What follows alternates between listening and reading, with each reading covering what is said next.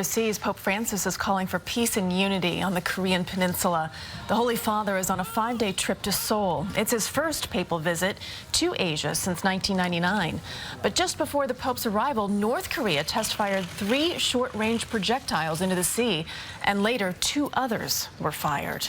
And also the Pope did something surprising soon after arriving in Seoul. He gave his first ever speech in English. It's being interpreted as practice for his presumed trip to the East Coast next year. CBS 2's Tony Aiello reports. From his first public greeting after being elected Pope, Buonasera.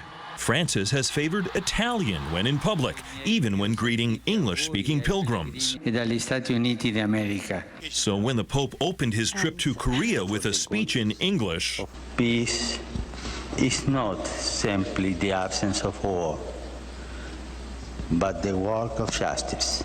Vatican watchers took note. I thought it was very clear, and I was very happy about that. I would have thought that he was working privately with a tutor in English, and this may be the first fruit of that. 30 years before becoming Pope, then Father Jorge Bergoglio studied English for 3 months in Ireland. He told a biographer it didn't go well. Quote, "The one language that always caused me big problems was English, especially its pronunciation, because I am very tone deaf." May he bless the elderly and the young people.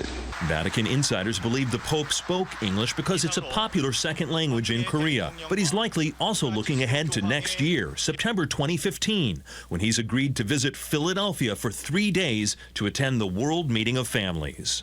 I couldn't help but thinking that he was trying to practice his English, hopefully with the plan of speaking in the United States in English. That U.S. trip has not formally been announced, but the Pope confirmed on the flight to Seoul he is indeed coming to America next year.